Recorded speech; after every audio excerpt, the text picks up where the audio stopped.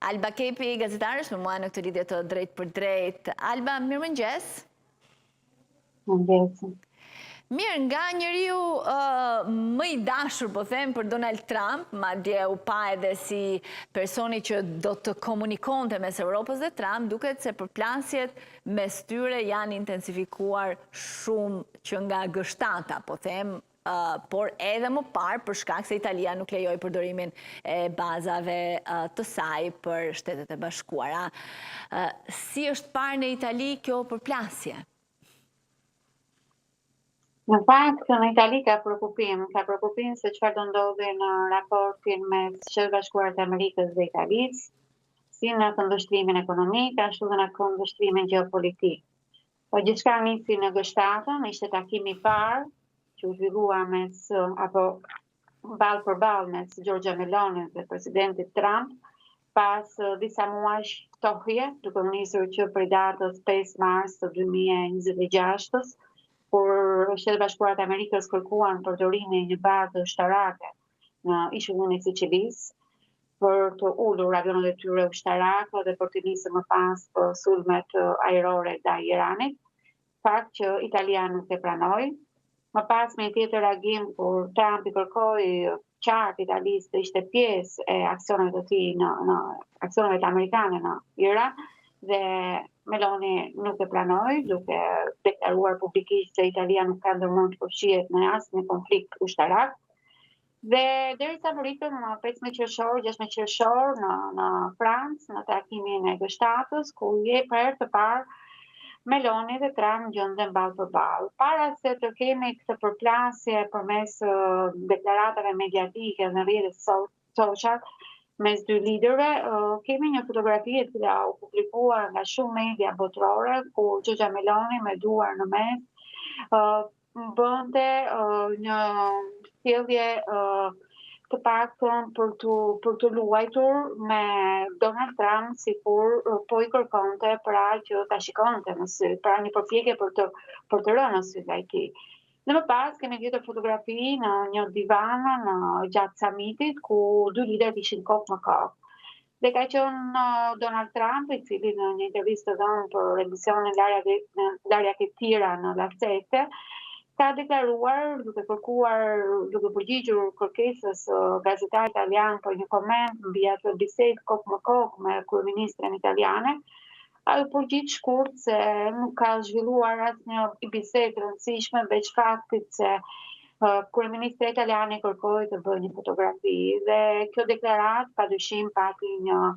reagim menjëhershëm, sikur më parë të Giorgia Melonit, jo përmes një komunikate zyrtare, jo përmes zëvendësit të saj, jo përmes Palazzo Chigi, pra servisë të kryeministrisë, por e bëri me një video drejt për drejt live të saj në Instagram.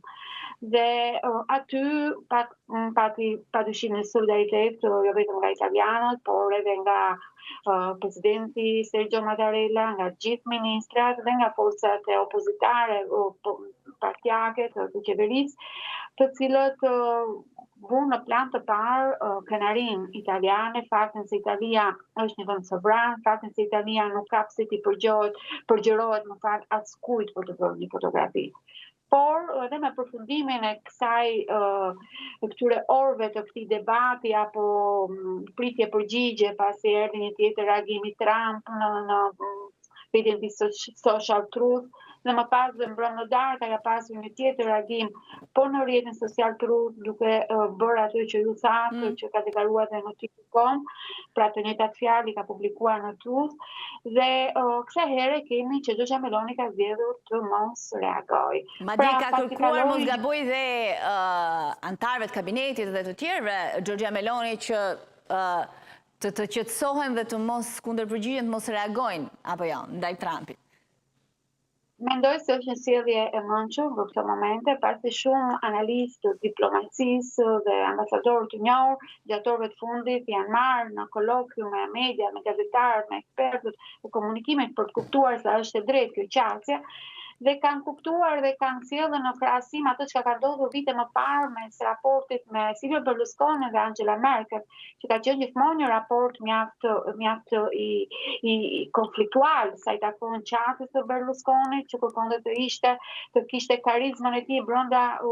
Bashkimit Evropian, dhe nga ana tjetër Angela Merkel që vjonte të ishte gruaja e hekur. Dhe sjellja e tyre ishte që bënin sikur nuk kishte ndodhur asgjë mes tyre. Dhe kjo është ajo që kërkohet sot Giorgia Meloni të bëjë sikur nuk ka ndodhur asgjë, pikërisht për këtë raport historik dhe pikërisht për këtë situatë kritike, vështirë, delikate që po kalon bota. Dhe pa haruar se Italia dhe Shtetet Bashkuara të Amerikës kanë një ndërshkëmbim import-eksport mjaft rëndësishëm, dhe ajo çka sot është në plan të parë, madje sot në Milano mblidhet dhoma e tregtisë italo-amerikane, pikërisht me fokusin dhe asaj që ka ndodhur gjatë orëve të fundit, është se a do të ketë ky lloj raporti tashmë pothuajse sikur më parë në momentin më kritik, një pasojë sa i takon tarifave, tatimeve ndaj produkteve italiane. Për shembull, viti 2025 konsiderohej si viti më i mirë i eksportit italian në Shtetet Bashkuara të Amerikës, që kalonte mbi 75 miliardë euro. Dhe me pse vështirësinë dhe tarifat që vuri Amerika ndaj produkteve italiane, dhe të kujtoj produktet në sektor të rëndësishëm, si të farmaceutikës, si prodhimeve made in Italy, apo prodhimeve të makinerive, instrumentave, teknologjike, etj. Pra, fokusi është se sa do të ndikojë ky lloj raporti. Prandaj mendoj se edhe vëmendja apo qasja e Meloni duke marrë parasysh dhe këshillat që mos t'i kundërpërgjigjet, mos ketë më një reagim të radhës me atë që ka ndodhur rreth vjetor më parë në Trus, shkon në këtë këndvështrim. Po mos harrojmë dhe qasje të tjera, mos harrojmë qasjen e asaj çka mund të ndodhi në gjithë kontekstin që vetë shkruan Donald Trump, sa i takon NATO, sa i takon shpenzimeve të NATO, sa i takon, mos harrojmë se ka një deklaratën e dytë, apo në komentin e dytë që ka bërë Trump, ka prekur dhe dy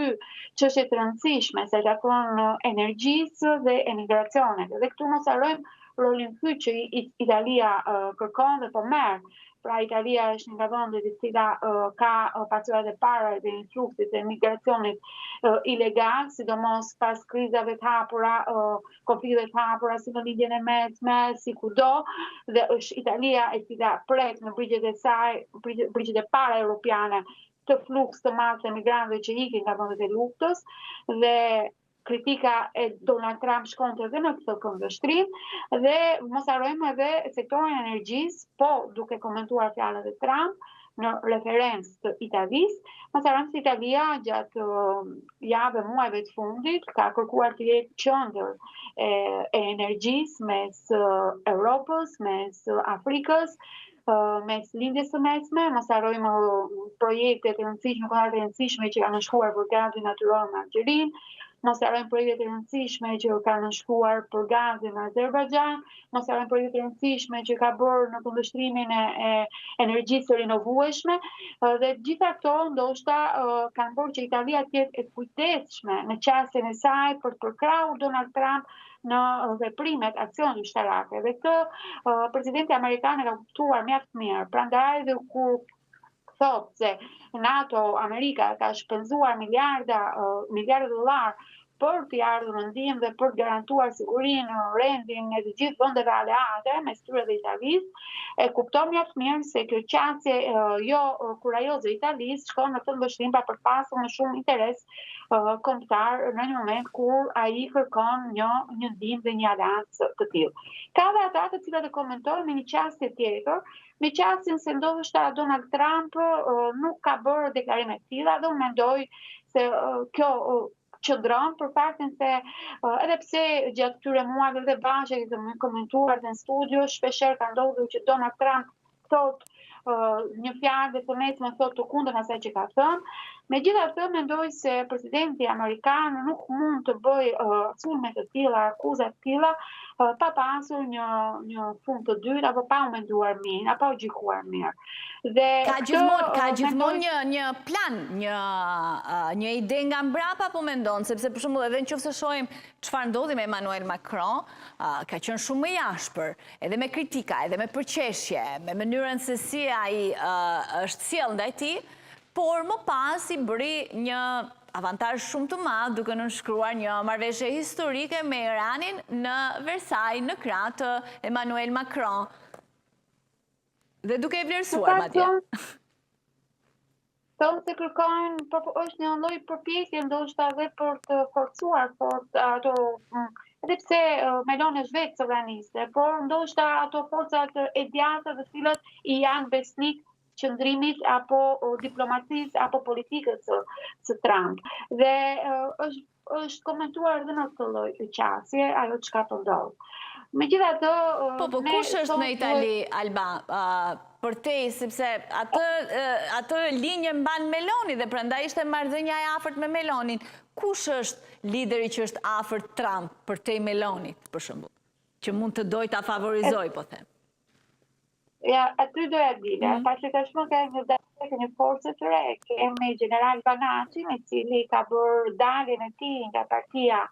Lidhja e Matteo Salvini, dhe që sondazhet e japin duke pasur një përqindje shumë të lartë se vetë partia, pra duke pasur një personazh të vetëm, i cili tashmë në korrik thuhet se do të zyrtarizoj krimin e partisë së tij, është në linjën më ekstreme të së djathtës italiane, pothuajse ngjashme me Le Pen, pothuajse ngjashme me Orban, që tashmë nuk është më, pra ndoshta ka gjetur një aleat të ri dhe po synon dhe të ketë një qasje të tillë. Sot ka pasur një intervistë mjaft të rëndësishme, mjaft interesante të Steve Bannon në të përgjithshmen italiane La Repubblica, dhe ai ka fjalë mjaft të ashpra ndaj Giorgia Meloni. Mos Steve Bannon është ideologu apo menaxheri i fushatës së parë, Donald Trump këshilltari i tij. Dhe ai e pikturon në fjalët e tij Giorgia Melonin si një globaliste në nivelin në kuptimin negativ të kësaj fjale. Pra, dhe ajo çka kuptohet është se kemi një përplasje mes dy sovranistëve, por në këtë përplasje sovranisti më i fuqishëm, që në këtë rast është Donald Trump, padyshim shkon të duke mundur apo duke glavruar sovranistin më të dobët që është Giorgia Meloni. Dhe në fjalët e Steven Bannon lexohet fakti se ai thotë se asnjëherë Giorgia Meloni nuk ka qenë lidhse me Shtetet Bashkuara të Amerikës dhe Bashkimit Evropian, gjë që ne deri dje e kishim besuar dhe e lexonim të tillë, pikërisht për këtë raport kaq special mes tyre. Pra, diçka e fort po luhet, por në analizën time mendoj se dhe ne si Shqipëri duhet të kemi edhe vëmendjen tonë, kujdesin tonë, se mendoj se mund të ketë pasoja dhe në gjeopolitikën ballkanike. Italia është aleati kryesor i vendet Ballkanit perëndimor. Unë jam vetë dëshmitare për cilës së lajmeve se askush, asnjë qeveri tjetër gjatë këtyre dekadave të fundit nuk ka pasur këtë përmendje ndaj vendet Ballkanit perëndimor, ndaj Shqipërisë se sa e ka pasur Giorgia Meloni. Kam kaluar me eksperiencën time të punës në përcjelljen e lajmeve me Shqipërinë, të qeverive të Contes, të Montit, të Rencit, të Draghit, dhe sa herë që bëja pyetjen se rrugtimi i Shqipërisë në rrugtimi i vendet Ballkanit perëndimor, si është situata, çështja në Kosovë, gjithmonë kam parë një interes në nivel të dytë. Dhe sikur më parë qeveria Meloni ka sjellë këtë interes të rrugtimit evropian të vendet Ballkanit perëndimor, e ka sjellë Giorgia Meloni. Kjo qeveri mirë, po e ka sjellë, më fal pak, Alba, se po të replikoj pak, sepse unë për shembull mendoj se njeriu që ka ndihmuar më shumë shqiptarët Shqipërinë ka qenë Franco Frattini. më shumë se sa Giorgia Meloni, edhe pa një interes të drejt për drejt si Giorgia Meloni e ka me Shqipërinë tani, pra që kemi edhe këto qëndrat e pritjes e emigrantëve. Ndërkohë që Franco Frattini u bë edhe në rolin e tij si ministër jashtëm edhe në komision, ishte një nga avokatët më të fortë, po them edhe për të bindur vendet e tjera, për antarësimin në NATO, për procedurat e Bashkimit Evropian, liberalizimin e vizave, të gjitha së bashku. Mos ja... Po jam dakord. Po, duhet i japi medaljen që i takon. Dhe në këtë moment, në këtë situatë, të paktën në këtë 10 vjeçar të fundit, gjë që ka bërë kjo qeveri, nuk ka bërë asnjë qeveri tjetër më parshme, sa i takon, jo vetëm për Shqipërinë, flas në përgjithësi për Ballkanin Perëndimor. Edhe mos harrojmë edhe rolin strategjik që ka Italia me forcat e NATO-s. Mos harrojmë se ka repartin e saj të përhershëm në Kosovë. Mos harrojmë se është mjaft e rëndësishme raporti mes Italisë dhe Shtetit Bashkuar të Amerikës dhe në këndvështrimin ballkanik. Pasi ky dobësim i këtij raporti, duke pasur parasysh se Ballkani për multietnicitetin dhe veçantinë që ka mund të sjellë një lloj entuziazmi dhe për nacionalizmin lokal. Pra duhet parë dhe lexuar me më shumë vëmendje që ky raport ketë i kujdesshëm dhe sa i takon liderëve dhe krejve të shteteve të vendeve. Edhe mos harrojmë edhe interesat tregtare që ka. Italia ka interesa mjaft të larta tregtare me Serbinë, interesa mjaft të larta tregtare me Shqipërinë. Po ashtu kërkon që nëse ky raport dobësohet, padyshim favorizon vende si Rusia, si Kina, për të marrë atë hapësirë që kishin nisur ta merrnin brenda vendeve të Ballkanit Perëndimor. Pra situata nuk është aq e mirë dhe nuk prisnim të ndodhte një lloj shqetësimi i tillë në këtë raport kur kemi shumë fronte të hapura aktualisht në shumë të tjera. Por mendoj se kriza serioze pasi më datë 2 korrik këtu në Ron, si që është u zhvillua pak më parë dhe në Tiranë, është festa e Amerikës, edhe Giorgia Meloni ka deklaruar se nuk do të marrë pjesë në pritjen që bëhet në ambasadën amerikane. Do dërgoj 2 zëvendës kryeministre, Antonio Tajani, me cili ka thënë se do të shkojë në këtë pritje me kokë lartë, dhe Matteo Salvini, me cili dihet se është një trumpist i thekur, por që gjatë orëve të fundit ka shprehur hapur solidaritetin dhe distancën ndaj deklaratave të Trump. Dhe në gjithë këtë mos harrojmë edhe krisin që pati me sulmin që Donald Trump bëri ndaj Papa Leon XIV, që dhe aty Giorgia Meloni i doli kundër. Pra janë disa gjëra që ne kuptojmë se Donald Trump i mban vrasë në vesh dhe nuk i harron. Nuk i harron, por kam përshtypjen i ka më shumë, do me thënë, kundër përgjigjet, po them si retorik, sepse Papa Leo si çoi Marco Rubio me njerë më pas, në një takim që u zhvillua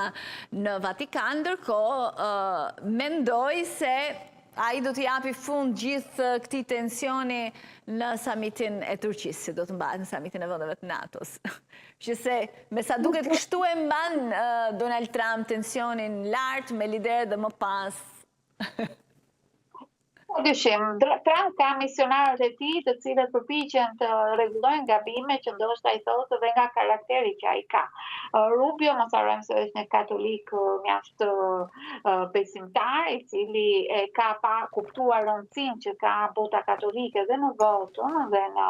në fitoren e zgjedhjeve të Donald Trump, dhe unë dua të mendoj që ky takim që në këtë këndvështrim.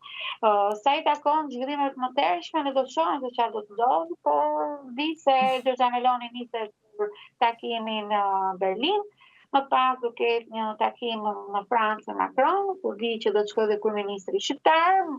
orë më parë, por para se të zhvillojë takimin Meloni, pra jemi në zhvillime por